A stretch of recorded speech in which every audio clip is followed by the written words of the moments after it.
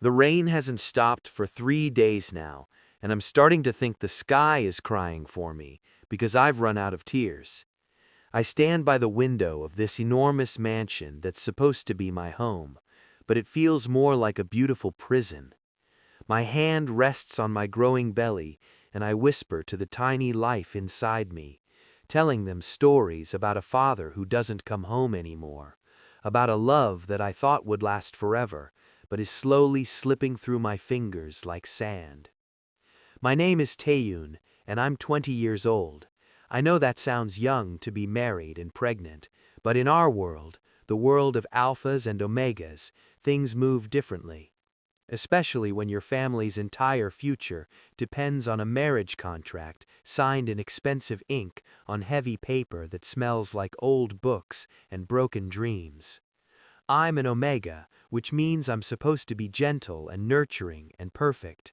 I'm supposed to make my alpha happy, supposed to create a warm home filled with love and laughter.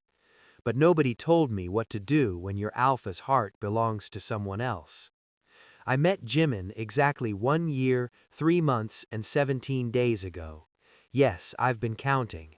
Our families introduced us at a formal dinner where everyone wore their fakest smiles and talked about stocks and mergers and business opportunities. Jimin barely looked at me that night. He wore a black suit that made him look like he stepped out of a magazine, and his dark hair was styled perfectly, not a single strand out of place. He shook my hand with fingers that were cold and distant, and I felt my heart crack just a little bit, because I knew, even then, that this marriage would be nothing like the love stories I used to read as a kid. But I'm a foolish omega with a foolish heart, and I fell in love anyway. I fell in love with the way Jimin drinks his coffee in the morning, black with no sugar, standing by the kitchen counter like he's preparing for battle. I fell in love with the small scar on his left eyebrow that he got when he was 7 years old, climbing a tree he had no business climbing. I fell in love with the sound of his footsteps in the hallway, even though those footsteps usually walk right past my bedroom door without stopping. I fell in love with a man who looks at me like I'm furniture, like I'm just another expensive thing his family bought to decorate his life. The mansion we live in has 23 rooms, but Jimin and I might as well live in different countries. He sleeps in the master bedroom on the east wing, and I sleep in what used to be a guest room on the west wing, even though everyone knows married couples are supposed to share a bed. The servants whisper about it when they think I can't hear them. They whisper about how the young master doesn't love his omega, how the marriage is just for business, how poor Taehyun tries so hard, but it's never enough. I pretend I don't hear them, pretend their words don't cut into me like tiny knives, but late at night when I'm alone, I cry into my pillow and wonder what's wrong with me, wonder why I'm not enough. 3 months ago, something changed. Jimin came home early one evening, which was already strange because he usually works until midnight, using his office as an excuse to avoid coming back to this house, to avoid seeing me. He found me in the garden, planting flowers that I hoped would make the mansion feel less cold and empty. He stood there watching me for a long moment, and when I turned around, there was something different in his eyes. Not love exactly, but maybe something close to kindness. Taehyun, he said, and my name sounded strange coming from his mouth, because he usually just calls me you or doesn't call me anything at all. We should try, for the families, for the business, we should try to make this marriage work. The rain hasn't stopped for 3 days now, and I'm starting to think the sky is crying for me because I've run out of tears. I stand by the window of this enormous mansion that's supposed to be my home, but it feels more like a beautiful prison. My hand rests on my growing belly, and I whisper to the tiny life inside me, telling them stories about a father who doesn't come home anymore, about a love that I thought would last forever, but is slowly slipping through my fingers like sand. My name is Taehyun, and I'm 20 years old. I know that sounds young to be married and pregnant, but in our world, the world of alphas and omegas, things move differently. especially when your family's entire future depends on a marriage contract signed in expensive ink on heavy paper that smells like old books and broken dreams. I'm an Omega, which means I'm supposed to be gentle and nurturing and perfect. I'm supposed to make my Alpha happy, supposed to create a warm home filled with love and laughter. But nobody told me what to do when your Alpha's heart belongs to someone else. I met Jimin exactly 1 year, 3 months, and 17 days ago. Yes, I've been counting. Our families introduced us at a formal dinner where everyone wore their fakest smiles and talked about stocks and mergers and business opportunities. Jimin barely looked at me that night. He wore a black suit that made him look like he stepped out of a magazine, and his dark hair was styled perfectly, not a single strand out of place. He shook my hand with fingers that were cold and distant, and I felt my heart crack just a little bit, because I knew, even then, that this marriage would be nothing like the love stories I used to read as a kid. But I'm a foolish Omega with a foolish heart, and I fell in love anyway. I fell in love with the way Jimin drinks his coffee in the morning, black with no sugar, standing by the kitchen counter like he's preparing for battle. I fell in love with the small scar on his left eyebrow that he got when he was 7 years old, climbing a tree he had no business climbing. I fell in love with the sound of his footsteps in the hallway, even though those footsteps usually walk right past my bedroom door without stopping. I fell in love with a man who looks at me like I'm furniture, like I'm just another expensive thing his family bought to decorate his life. The mansion we live in has 23 rooms, but Jimin and I might as well live in different countries.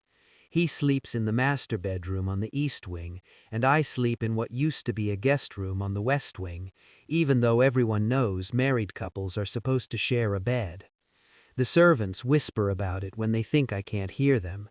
They whisper about how the young master doesn't love his Omega, how the marriage is just for business, how poor Taehyun tries so hard, but it's never enough. I pretend I don't hear them, pretend their words don't cut into me like tiny knives, but late at night when I'm alone, I cry into my pillow and wonder what's wrong with me, wonder why I'm not enough. 3 months ago, something changed. Jimin came home early one evening, which was already strange because he usually works until midnight, using his office as an excuse to avoid coming back to this house, to avoid seeing me. He found me in the garden, planting flowers that I hoped would make the mansion feel less cold and empty. He stood there watching me for a long moment, and when I turned around, there was something different in his eyes. Not love exactly, but maybe something close to kindness. Taehyun, he said, and my name sounded strange coming from his mouth, because he usually just calls me you or doesn't call me anything at all. We should try, for the families, for the business, we should try to make this marriage work. My heart exploded with hope right there in the garden, hope blooming faster than any flower I could plant. I nodded so hard I probably looked ridiculous, and I whispered, "Yes, yes, I want that too." That night, for the first time since our wedding, Jimin stayed in my room. He held me like I was something precious, like I was something worth keeping, and I let myself believe that maybe, just maybe, he could learn to love me. 4 weeks later, I discovered I was pregnant. I stared at the test in my bathroom for 20 minutes straight, watching those 2 pink lines like they might disappear if I looked away. A baby. Our baby. A tiny piece of Jimin and me, growing inside me. Proof that we were connected in a way that couldn't be undone. I pressed my hand to my still flat stomach and made promises to the life inside me. I promised I would be a good parent. I promised I would give them all the love I had, enough love for 2 parents if necessary. I promised I would protect them from loneliness and cold mansions and marriages built on contracts instead of care. I had to tell Jimin. I had to see his face when he heard the news. I dressed carefully that morning, choosing a soft blue sweater that Jimin once said looked nice, even though he probably didn't mean it and was just being polite.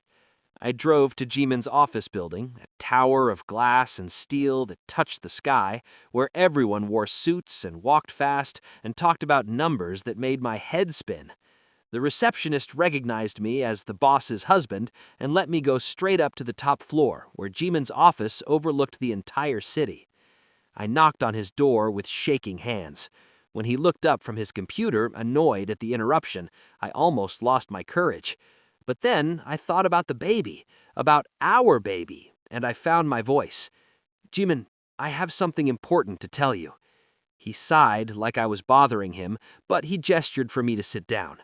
I perched on the edge of the leather chair across from his massive desk, feeling small and out of place in this world of business and power.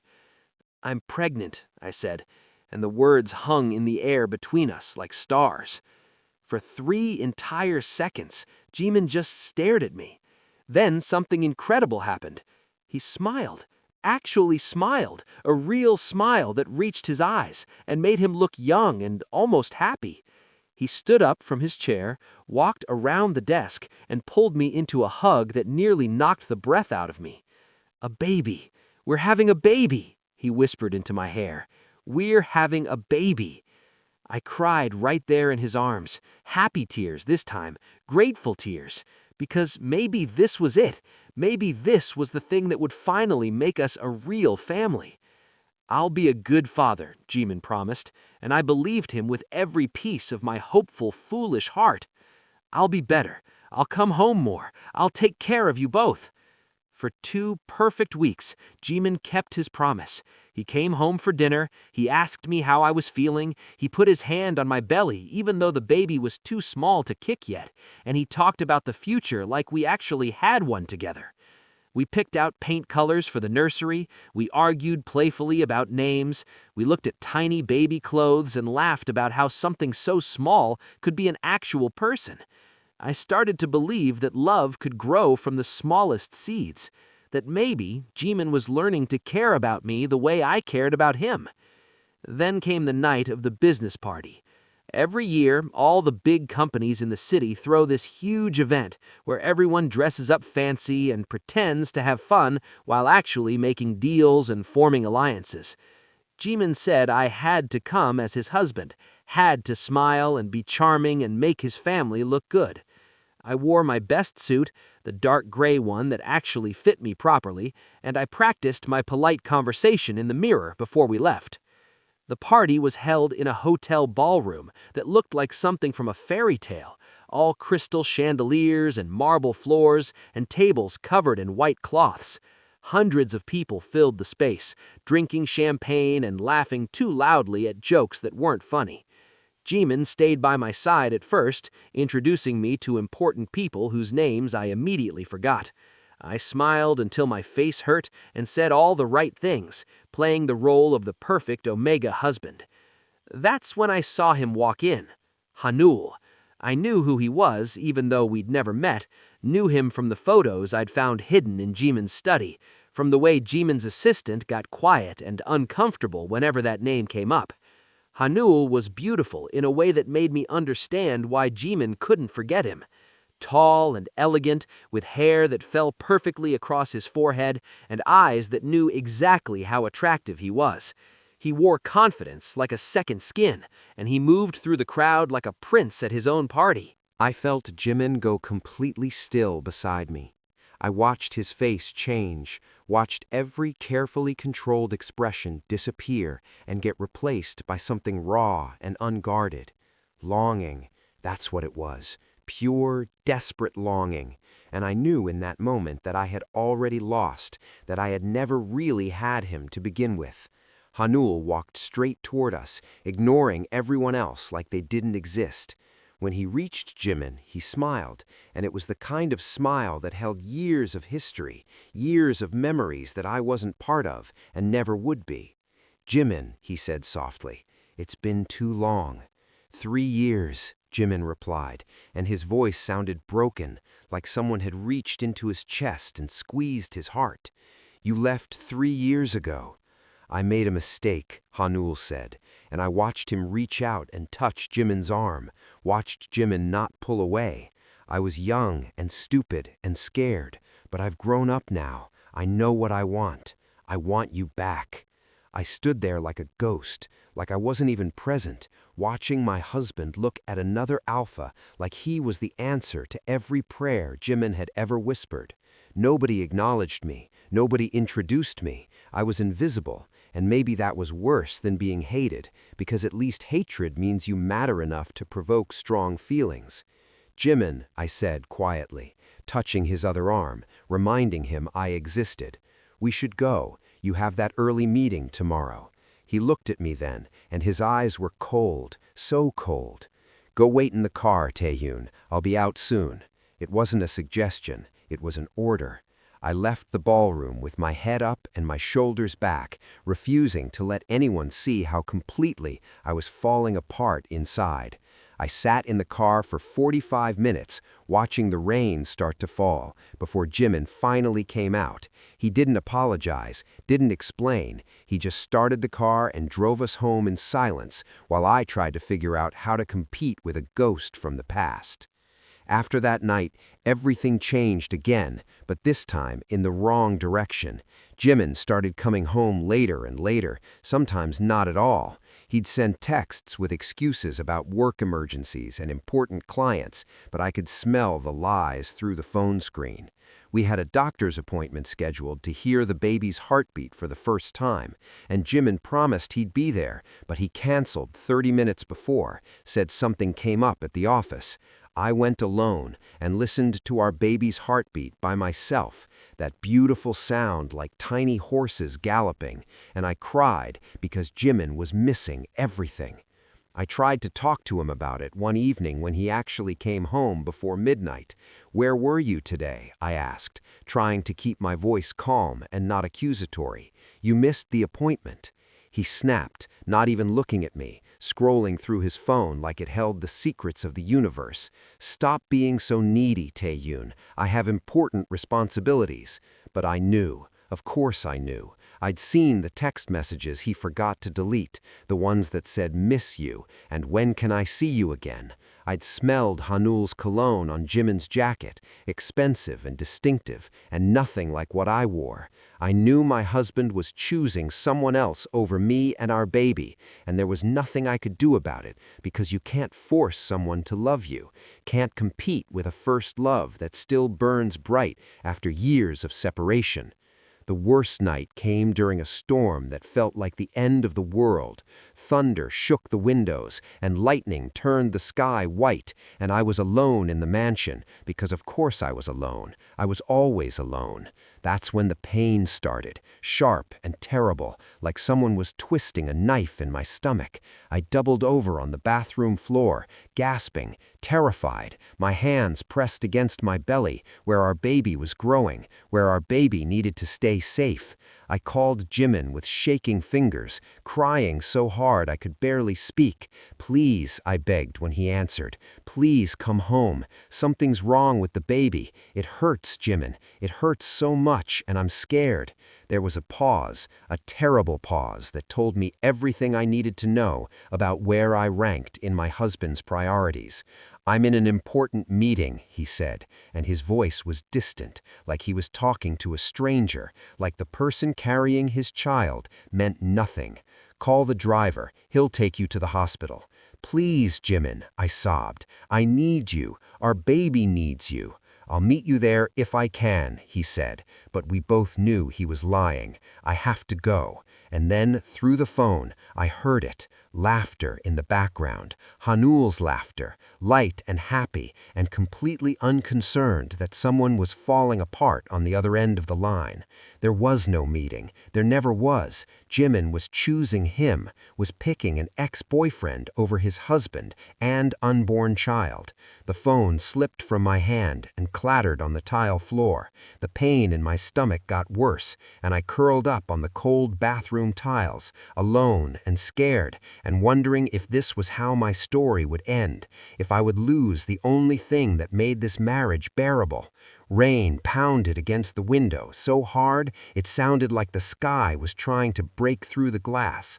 That's when I saw him, through the bathroom window that looked out over the garden. Through the rain and darkness, I saw a figure standing in the shadows. Someone was watching the mansion, watching me suffer, and I was too hurt and too scared to even care. I closed my eyes and prayed to anyone who might be listening, prayed that my baby would be okay, that this pain would stop, that somehow, somewhere, there was still a chance for happiness in this broken life I'd been handed. The baby survived that terrible night, and so did I, though I'm not sure surviving was actually the kindness everyone said it was.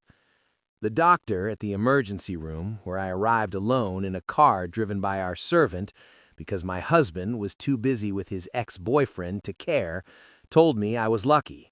She said stress was dangerous for omegas during pregnancy, said I needed to stay calm and positive and avoid anything that might upset me. I almost laughed in her face. How was I supposed to stay calm when my entire life was falling apart? How was I supposed to be positive when the person who promised to love and cherish me couldn't even be bothered to show up when I needed him most? Jimin came to the hospital 4 hours later, smelling like guilt and Hanul's cologne. He stood in the doorway of my room looking uncomfortable and out of place, like he wasn't sure if he was allowed to come in. "The baby's okay?" he asked, and at least he had the decency to sound worried, even if he hadn't been worried enough to actually come when I called. "Yes," I said flatly, not looking at him, keeping my eyes on the white hospital ceiling that was starting to feel more familiar than my own bedroom. "No thanks to you." "Jimin, I'm sorry. The meeting ran late and I couldn't just leave." "There was no meeting," I said, finally turning my head to look at him, watching him flinch because we both knew I'd heard Hanul's voice in the background. "You were with him. You chose him over your family, over your baby." Jimin opened his mouth to argue, then closed it again. What could he say? We both knew the truth. He shifted his weight from foot to foot, looking at everything in the room except me. "I'll do better," he finally said, but the promise sounded hollow, and we both knew he wouldn't keep it. He didn't. Over the next few weeks, Jimin barely came home at all. He'd show up to shower and change clothes, treating our mansion like a hotel, treating me like an inconvenient roommate he was forced to acknowledge. I tried everything to win back whatever small piece of his attention I'd briefly had. I cooked his favorite meals, the spicy stew his mother taught me to make, the grilled fish he always ordered at restaurants. The food would sit on the table getting cold while I waited for him to come home, and eventually I'd pack it away uneaten, another failure to add to my growing collection. I stayed up late watching the door, listening for the sound of his car in the driveway, hoping tonight would be the night he'd choose to come back to me. But when he did come home, he'd walk right past me without a word, like I was a piece of furniture that had been there so long he'd stopped noticing me. The servants started looking at me with pity in their eyes, and I hated that almost as much as I hated the loneliness. I didn't want pity. I wanted my husband. I wanted the father of my baby to care that we existed. My belly grew bigger every day, and I'd stand in front of the mirror looking at my changing body, talking to the baby inside me. "I'm sorry," I'd whisper, my hand on the curve of my stomach. "I'm sorry your daddy doesn't want us, but I want you so much, little one. I want you enough for both of us." The baby would kick in response, tiny flutters that felt like butterfly wings, and I'd smile through my tears because at least someone in this house needed me. At least someone thought I was worth sticking around for. I read parenting books late into the night, determined to be the best parent I could be, determined to give this baby all the love that Jimin wasn't capable of giving. I painted the nursery by myself in soft yellow because I didn't know if the baby would be a boy or a girl, and yellow felt happy and hopeful. I assembled the crib following complicated instructions that made my head hurt, but I figured it out because I had to, because nobody else was going to do it for me. That's when Haneul showed up at the mansion. It was a Tuesday afternoon, and I was in the nursery hanging little star decorations from the ceiling, standing on a chair that I probably shouldn't have been standing on in my condition. I heard the doorbell and the sound of our housekeeper answering, then footsteps coming up the stairs. When Haneul appeared in the nursery doorway, I nearly fell off the chair in shock. He looked around the room with barely concealed disgust, like the idea of babies and family made him physically ill. "Cute," he said, but the word dripped with sarcasm. "Playing house while you still can?" "What are you doing here?" I demanded, climbing down from the chair carefully, instinctively putting my hand over my belly like I could protect my baby from his poisonous presence. "Jimin isn't home." "I know where Jimin is," Hanul said with a smile that made my skin crawl. "He's always where I want him to be. I came to talk to you, actually, to help you understand the situation." "I understand it perfectly," I said, trying to sound brave even though my heart was hammering against my ribs. "You're trying to steal my husband." Hanul laughed, actually laughed, like I'd said the funniest thing he'd ever heard. "Steal? Oh, Taehyun, you can't steal something that never belonged to someone else in the first place. Jimin is mine. He's always been mine. You're just a temporary inconvenience." "We're married," I said, holding up my hand to show the ring on my finger, the simple gold band that Jimin had slipped on during our wedding ceremony, while looking like he was attending his own funeral. "We're having a baby together. That's not temporary." "Isn't it, though?" Hanul moved closer, and I backed up until I hit the wall, trapped. "Your marriage is a business arrangement, a contract. Jimin didn't choose you out of love. He was forced into this by his family, by responsibility, by expectations. But love, real love, that's what he has with me. That's what he's always had with me." "Then why did you leave him?" I challenged, finding some courage from somewhere deep inside. "If you loved him so much, why did you break his heart 3 years ago?" Something flickered across Hanul's face, something almost like shame, but it disappeared as quickly as it came. "I made a mistake. I was scared of commitment, scared of what loving Jimin meant. But I've grown up now. I'm ready. And Jimin has been waiting for me this whole time, even while playing pretend with you." "Get out," I said, my voice shaking. "Get out of my house." "Your house?" Hanul raised an eyebrow.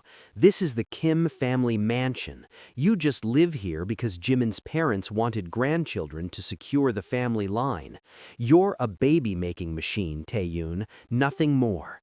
That child you're carrying, that's just a chain keeping Jimin tied to a marriage he never wanted. And chains can be broken." The words hit me like physical blows. I wanted to argue, wanted to defend myself, wanted to tell him he was wrong. But deep down, in the darkest corner of my heart, where I kept all my worst fears, I worried he might be right. I worried that I was just convenient, just useful, just a means to an end. "Jimin promised he'd be a good father," I said weakly, holding on to the one thing I still believed in. "He promised he would take care of us." "Promises mean nothing when they're made to the wrong person," Hanul said, and then he turned and walked away, leaving me alone in the nursery, surrounded by baby things and broken dreams. That night I waited for Jimin to come home, because I needed to talk to him, needed to hear from his own mouth whether anything Hanul said was true. He finally showed up at 11 o'clock, looking tired and distant. I was sitting on the couch in the living room, and I stood up when he walked in, my hands clasped together to stop them from shaking. "We need to talk," I said. Jimin sighed like I was asking him to climb a mountain. "Can it wait? I'm exhausted." "No," I said firmly, "it can't wait. Hanul came here today." That got his attention. Jimin's eyes sharpened, and he looked at me properly for the first time in weeks. "What did he want?" "To tell me that you don't love me, that you never did, that I'm just a temporary problem in your real love story." And my voice cracked on the last word, but I pushed through. "Is it true, Jimin? Is everything he said true?" Jimin didn't answer right away. He walked to the window and looked out at the dark garden, his hands in his pockets, his shoulders tense. The silence stretched between us like an ocean, and I felt myself drowning in it. "I never lied to you, Taehyun," he finally said. "I never promised you love. This marriage was arranged. You knew that from the beginning." "But things changed," I protested, moving toward him. When I got pregnant, you said you'd try. You said you'd be better. You smiled and held me and made me believe that maybe we could be happy. I was trying to do the right thing, Jimin said, still not looking at me. For the baby, for our families. But then Haneul came back, and I realized I can't keep pretending. I can't keep acting like my heart isn't somewhere else. The words shattered me. I pressed my hand to my chest like I could physically hold myself together. What are you saying? Jimin finally turned to face me, and his expression was carefully blank, emotionless. Haneul is sick. He needs me. I'm going to stay with him for a while, help him through his treatment. Sick? I repeated stupidly. What kind of sick? That's private, Jimin said. The point is, he needs support, and I'm going to give it to him. But our baby will be born in 2 months, I said, my voice rising with panic. 2 months, Jimin. You promised you'd be here. You promised you wouldn't miss it. My secretary will help you with whatever you need, Jimin said, like he was discussing a business arrangement instead of the birth of his child. Money, doctors, anything. You'll have everything. I don't need your money, I shouted, and I never shout, but something inside me was breaking, and I couldn't keep it quiet anymore. I don't need servants or secretaries or this empty mansion. I need my husband. I need you. Why? Jimin asked, and his voice was cold, so cold. Why do you need me, Taehyun? We barely know each other. We're practically strangers who happen to share a last name and a baby on the way. Because I love you, the words burst out of me. Words I'd never said out loud before. Words I'd been too scared to speak. I love you, Jimin. I've loved you since the day we met, even though I knew you didn't feel the same way. I love you so much it hurts, and I hoped that maybe if I was patient enough, good enough, perfect enough, you might learn to love me back. Jimin looked at me with something that might have been pity, and that was worse than hatred, worse than indifference. I can't give you that, he said quietly. I never could. My heart belongs to Haneul. It always has. Then what am I supposed to do? I whispered, tears streaming down my face. What am I supposed to tell our baby when they ask about their father? Tell them I'm doing what I have to do, Jimin said, and then he walked past me toward the stairs. I followed him up the stairs, my pregnant body moving slower than my desperate heart. I stood in the doorway of his bedroom, watching him throw clothes into a suitcase like he couldn't get away from me fast enough. Please don't go, I begged, and I wasn't too proud to beg anymore, wasn't too proud to fall to my knees if that's what it took. Please, Jimin, we need you. I need you. But Jimin kept packing, kept moving, kept preparing to walk out of my life and into someone else's. When his suitcase was full, he zipped it up and lifted it off the bed. He walked toward the door where I was standing, and I grabbed his arm, clutching his sleeve like a drowning person grabbing a life preserver. Don't leave us, I sobbed. Please don't leave us. Jimin looked down at my hand on his arm, then gently pulled away. I'll be back for the birth, he said, but even that felt like a lie. Take care of yourself, Taehyun. And then he was walking down the stairs, and I was following him, still crying, still begging, my hand on my belly where our baby was growing, where our baby could probably feel my heart break through the connection we shared. Jimin walked out the front door into the rain that had started falling again, because of course it was raining, the sky crying the tears I couldn't cry anymore because I'd cried them all. I followed him outside, not caring that I was getting soaked, not caring about anything except making him stay. Jimin, I screamed his name into the storm. Please, I'm sorry for whatever I did wrong. I'll be better. I'll be whatever you need me to be. Just don't leave us. But Jimin got into his car without looking back. He started the engine, and I stood in the driveway in my wet clothes with my wet hair plastered to my face, watching the taillights of his car disappear into the darkness. When I couldn't see them anymore, when he was really, truly gone, my legs gave out and I fell to my knees on the wet pavement. The rain pounded down on me, and I wrapped my arms around my belly, curling over my baby like I could protect them from the truth that their father had chosen someone else. The baby kicked inside me, strong and insistent, and I cried harder, because how was I supposed to explain this? How was I supposed to tell them that they weren't enough to make their father stay? That's when I felt someone watching me again. I looked up through the rain and saw a figure standing at the edge of the garden, the same figure I'd seen the night I'd been in pain and scared. They stepped forward into the light from the porch, and I finally saw their face. It was a man, older than me, maybe in his 40s, wearing an expensive suit that was getting ruined by the rain. He looked at me with something like sadness in his eyes, something like understanding. "Who are you?" I called out, my voice hoarse from crying. "Someone who's been watching over you," he said, and his voice was kind, gentle. "Someone who thinks you deserve better than this." "Why are you here?" I asked, but I was too tired to be scared, too broken to care if the stranger was dangerous. "Because," he said, walking closer, "when the time is right, I'm going to help you. I'm going to show you that you're stronger than you think, and that love shouldn't feel like this." Before I could ask what he meant, he turned and walked away, disappearing into the rain and shadows like he'd never been there at all. I stayed on my knees in the driveway for a long time after that, until one of the servants came out and helped me inside, wrapped me in warm towels, and put me to bed like I was a child who needed taking care of. And maybe I was. Maybe I'd been a child all along, playing grown-up games I didn't know how to win. And I stopped crying after that night. I don't mean I stopped being sad, but I ran out of tears somewhere between Jimin leaving and the sun coming up the next morning. I looked at myself in the bathroom mirror and barely recognized the person staring back at me.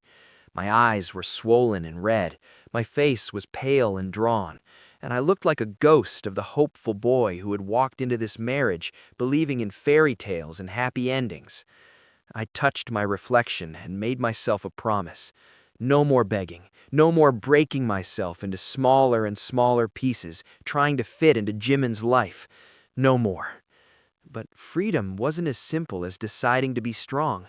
I called a lawyer that afternoon, a woman with kind eyes and a no-nonsense attitude who listened to my story without judgment. I asked her about divorce, about what it would take to end this marriage that had never really been a marriage at all. She looked through the papers, the contracts our families had signed, and then she looked at me with sympathy that made my stomach hurt. "It's complicated," she said, and those 2 words carried the weight of my entire future. "Your marriage isn't just personal, it's the foundation of a business merger between your family and the Kim family.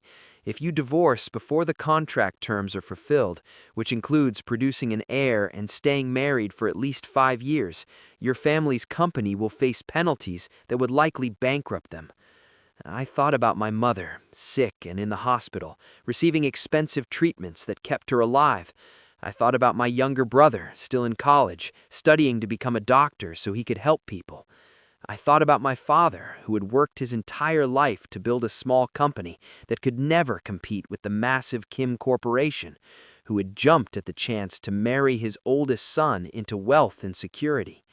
"So I'm trapped," I said quietly. "For now," the lawyer agreed, "but there might be options after the 5 years are up, or if you can prove the marriage is harming you or your child. Document everything. Keep records, and take care of yourself, Taehyun. A contract can't force you to be happy, but it also can't take away your right to live your own life within the marriage." I left her office feeling somehow more hopeless and more determined at the same time. I was trapped, but I wasn't helpless.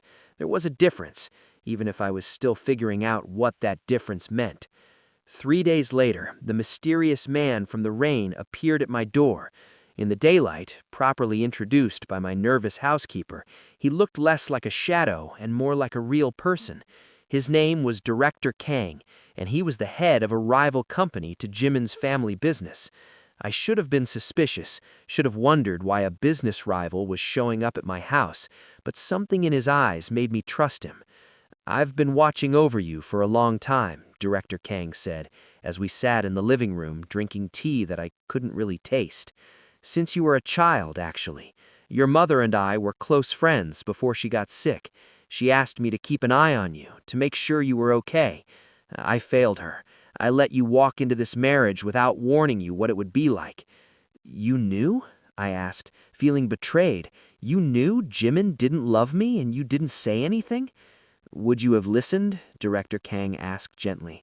"Would you have believed me if I'd told you that Kim Jimin was still in love with his ex-boyfriend? Or would you have thought I was just trying to sabotage the marriage for business reasons?" He was right, and I hated it. I would have thought exactly that. I would have married Jimin anyway because I believed in love conquering all, believed that I could make someone love me if I just tried hard enough. "Why are you telling me this now?" Director Kang pulled out a folder from his briefcase and laid it on the coffee table between us. "Because I have information you need to see. Information about Haneul." I opened the folder with shaking hands. Inside were photographs, documents, printouts of emails and text messages. My eyes scanned the pages, trying to make sense of what I was seeing. Medical records showing that Haneul wasn't sick at all, had never been sick. Financial documents showing payments from companies that competed with Jimin's family business.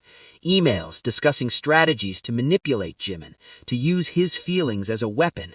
"What is this?" I whispered. Hanul is working with my competitors, explained Director Kang. Not me, I want to make that clear, but there are other companies who want to destroy the Kim family business from the inside. Hanul approached them years ago with a plan. He would get close to Jimin again, gain his trust, get access to company secrets and strategic plans. He's a spy, Taehyun. Everything he's done, everything he's said to Jimin has been part of a plan to ruin him. I felt sick. I thought about Jimin, about how happy he'd looked when Hanul came back, how he'd thrown away everything for a love that wasn't even real. Does Jimin know? No, Director Kang said. He's completely blind to it.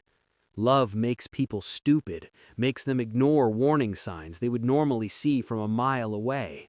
Hanul has him wrapped around his finger. I stared at the documents, my mind spinning. This was my chance. I could let it happen, could let Jimin fall into Hanul's trap and lose everything. It would serve him right for choosing someone else over me and our baby. It would be justice, karma, whatever you wanted to call it. I could stand back and watch my husband's world crumble, and maybe, just maybe, he would finally understand how I felt when he walked away from me in the rain. "Why are you showing me this?" I asked Director Kang. "Why not just let Jimin destroy himself?" "Because," Director Kang said, looking at me with those understanding eyes, "I've watched you grow up into a kind, good person, and I don't want to see that goodness turn into bitterness. Revenge might feel satisfying in the moment, but it leaves a stain on your soul that never quite washes off. And besides, there's a baby to think about now. Your child deserves to know that their parent tried to do the right thing, even when it was hard." I looked down at my belly, at the obvious curve where my baby was growing bigger every day. The baby kicked, like they were trying to tell me something, trying to guide me toward the right choice. I thought about the future, about all the questions my child would ask someday. Why doesn't Daddy live with us? Why doesn't he love us? What happened to make our family break? And I realized that I didn't want my answers to be full of revenge and bitterness and choices made from anger. I wanted to be able to look my child in the eyes and say, "I did the right thing. I tried to protect your father, even when he didn't deserve it, even when he broke my heart. Because doing the right thing matters more than getting even." "I'll tell him," I said quietly. "I'll warn Jimin about Hanul." Director Tang smiled, and there was pride in that smile. "Your mother would be proud of you." But telling Jimin was easier said than done. He wouldn't answer my calls, wouldn't respond to my texts. I tried going to his office, but his secretary, a woman who looked at me with pity that made me want to scream, said he was working from home now. Working from home meant living with Hanul, and I knew there was no way Hanul would let me anywhere near Jimin. I spent 2 days trying to figure out what to do, and then I made a decision that terrified me. I would go to Hanul's apartment. I would face them both together. I would save Jimin whether he wanted to be saved or not, because it was the right thing to do, because my baby deserved a father who wasn't destroyed by betrayal, even if that father had betrayed us first. I took a taxi to the address Director Kang had given me, a fancy apartment building in the nicest part of the city, where each unit probably cost more than my family's entire house. My hands shook as I pressed the buzzer for Hanul's apartment. When Hanul's voice crackled through the speaker asking who it was, I almost lost my courage. "It's Taehyun. I need to talk to Jimin. It's important." There was a long pause. Then the door buzzed open. I took the elevator up to the 10th floor, my heart pounding so hard I thought it might break through my ribs. When the elevator doors opened, Hanul was standing in the hallway waiting for me, and his smile was cold and cruel. Come to beg him to come home? How pathetic. "I came to save him from you," I said, finding strength I didn't know I had. "I know what you're doing. I know you're not sick. I know you're using him." Hanul's smile disappeared. "You don't know anything." "I have proof," I said, holding up the folder Director Kang had given me. "Documents, emails, everything, and I'm going to show Jimin unless you leave him alone." "Jimin won't believe you," Hanul said, but I could see worry in his eyes now. "He loves me. He'll think you're lying to get him back." "Maybe," I admitted, "but I have to try, because unlike you, I actually care about him." I pushed past Hanul into the apartment, and there was Jimin, sitting on the couch looking thinner than I remembered, tired and worn down. When he saw me, his eyes widened in surprise. "Taehyun, what are you doing here?" "I came to warn you," I said, my voice shaking but determined. "Hanul is lying to you. He's not sick. He's working with your business rivals to destroy you. I have proof." Jimin stood up, and his face went hard and cold. "I don't want your help, Taehyun. I don't need you coming here making accusations because you're jealous." "This isn't about jealousy," I protested, moving toward him. "This is about the truth. Please, just look at the documents. Just listen to me." "No," Jimin said firmly. "You need to leave. Now." Before I could argue, before I could show him the folder, Hanul moved fast. He grabbed my arm, yanked me back, and his face was twisted with rage. "You stupid Omega, you couldn't just leave well enough alone, could you?" He pushed me hard, and I stumbled backward. My foot caught on the edge of the coffee table, and suddenly I was falling, the world tilting sideways. I tried to catch myself, tried to protect my belly, but I hit the floor hard, landing on my side with my arms wrapped around my stomach. Pain exploded through me, sharp and terrible, and I screamed. Jimin was suddenly there, pushing Hanul away, kneeling beside me. "Taehyun, are you okay? Is the baby okay?" I couldn't answer. The pain was too much, stealing my breath, stealing my words. I felt wetness between my legs and knew something was very wrong. Jimin's face went white, and for the first time since Hanul came back, I saw real fear in his eyes. "Call an ambulance," he ordered Hanul, but Hanul just stood there looking angry and scared. "Now!" Jimin roared, and Hanul finally moved, pulling out his phone. Jimin gathered me in his arms, and I could feel him shaking. "Hold on. Please hold on. Both of you." "The folder," I gasped out, pointing to where I'd dropped it. "Look at it, please." Jimin grabbed the folder with one hand while keeping the other arm around me. He opened it, and I watched his face change as he read, watched him see the truth I'd tried to tell him. He looked up at Hanul with something like horror in his eyes. "You lied," Jimin said, his voice breaking. "About everything? You were using me?" "So what? You were an easy mark, Jimin. You always were, too blinded by your feelings to see what was right in front of you. The ambulance came, and they loaded me onto a stretcher. Jimin climbed in with me, holding my hand the whole way to the hospital. "I'm sorry," he kept saying over and over. "I'm so sorry, Taehyun. I was so stupid. I chose the wrong person. I should have chosen you." I wanted to tell him it was too late for apologies, but the pain was too intense, and all I could think about was the baby, about whether my child would survive this.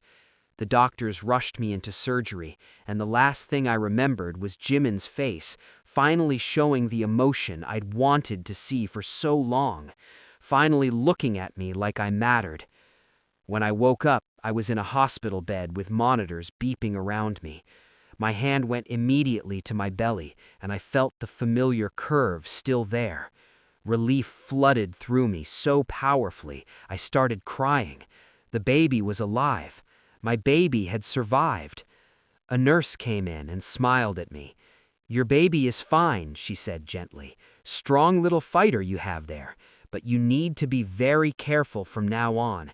Any more stress like this, and we might not be so lucky next time. Complete bed rest for the next 2 months until the baby comes." Jimin was sitting in a chair beside my bed, and he looked like he hadn't slept in days.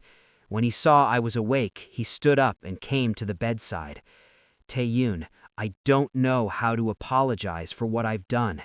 You saved me from Haneul after everything I put you through. You came to warn me when you could have just let me fail." Why? I looked at him, really looked at him, and saw a man who had finally woken up, but had woken up too late. "Because," I said quietly, "when our baby is old enough to ask questions, I want to be able to tell them that I did the right thing, that I tried to protect their father, even when he didn't protect us, that I chose kindness over revenge, because that's the kind of person I want them to grow up to be." Jimin sat down and put his head in his hands. "I don't deserve your kindness. I don't deserve you or this baby. I threw away everything that mattered for someone who was just using me." "You're right," I said, and my voice was steady and calm. "You don't deserve it. But I didn't do it for you. I did it for me and for our baby, because carrying anger and bitterness would hurt us more than it would ever hurt you." "Can you forgive me?" Jimin asked, looking up with tears in his eyes. "Can we start over? I'll be the husband you deserve. I'll be the father our baby needs. Please, Taehyun, give me another chance." I was quiet for a long time, looking at this man who had broken my heart so completely, thinking about everything that had happened, everything that couldn't be undone with apologies and promises. "I forgive you," I finally said, and I meant it. "But I can't forget, and I can't give you another chance, not the way you want." "What does that mean?" Jimin asked, his voice cracking with fear. "It means," I said gently, "when our baby is born, when I've recovered and fulfilled enough of the contract that my family won't be destroyed, I'm leaving. You can be in our child's life. You can be their father, visit them, love them, but I can't be your husband anymore. I loved you so much it almost destroyed me, Jimin. It almost destroyed our baby, and I can't keep living like that." Jimin started crying, really crying, and I'd never seen him cry before. "I love you," he said desperately. "I know I didn't before, but I do now. I see you now. I see everything I almost lost." "You can't love someone just because you almost lost them. That's not real love. That's fear and guilt and regret. Real love is what I gave you for months, what I showed you every day even when you couldn't see it. Real love is staying when things are hard, not coming back when they're worse." "Please," Jimin begged, taking my hand. "Please don't leave me. I'll do anything. I'll change. I'll be better." "I need you to leave now," I said, pulling my hand away. "I need to rest, for the baby." Jimin stood up slowly, looking lost and broken. "I'll be here every day," he said. "I'll prove to you that I can change." He left, and I was alone in the hospital room, with the sound of monitors and my own heartbeat and the tiny life growing inside me. I put my hand on my belly and whispered to my baby, "We're going to be okay," I promised. "We're going to build a life full of love and happiness, and we're going to be okay." 2 months passed slowly. Jimin did come to the hospital every day, but I kept our conversations short and focused on the baby. He brought flowers that I gave to the nurses. He brought gifts for the nursery that I had sent to the mansion. He tried to make up for months of neglect with attention I no longer wanted. When I went into labor, Jimin was there. He held my hand through the contractions, whispered encouragement when I wanted to give up, and cried when our baby finally came into the world. A beautiful, perfect baby, with tiny fingers and tiny toes and eyes that looked around at this new world with wonder. "They're perfect," Jimin whispered, touching the baby's tiny hand with one finger. "Absolutely perfect." "Yes," I agreed, holding our baby against my chest, feeling complete in a way I'd never felt before. "They are." The nurse asked what we wanted to name the baby, and I looked down at the precious life in my arms. "Hope," I said. "We'll name them Hope." 3 days later, when the doctors said I could leave, I stood in the hospital room holding Hope in my arms while Jimin watched from across the room. "I meant what I said," I told him quietly. I'm leaving. I've already found a small apartment across town. You can visit Hope whenever you want. You can be part of their life. But I can't be part of yours anymore." "Where will you go?" Jimin asked, his voice hollow. "What will you do?" "I'm going to finish my degree," I said, thinking about the art classes I'd abandoned when I got married. "I'm going to paint and raise our baby and build a life that makes me happy. Director Kang has offered me a job at his company when I'm ready. I'm going to be okay, Jimin. Maybe for the first time in a long time, I'm actually going to be okay." "I could have given you all of that," Jimin said. "If I'd just seen you from the beginning, if I'd just opened my eyes." "Yes," I agreed. "You could have, but you didn't. And now I'm going to give it to myself." I walked toward the door, carrying Hope carefully, and Jimin followed me like a shadow. "Can I at least drive you?" he asked. "Please." I shook my head. "Director Kang is waiting outside. He's going to help me move into my new place." "Director Kang," Jimin repeated bitterly. "Of course, the rival company, the man who was always watching over you." "He was there when you weren't," I said simply. "He was there when I was alone and scared and didn't know what to do. He's been a friend when I needed one. Nothing more." I walked out of the hospital room and didn't look back. Outside, Director Kang was waiting with a car seat already installed in his vehicle. He smiled when he saw Hope.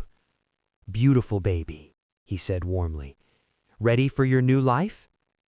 "Yes," I said, and I meant it. "I'm ready."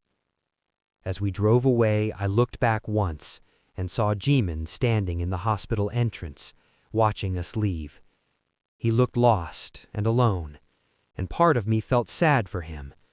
But it was a small part, growing smaller every day, making room for hope and strength and self-love to grow instead.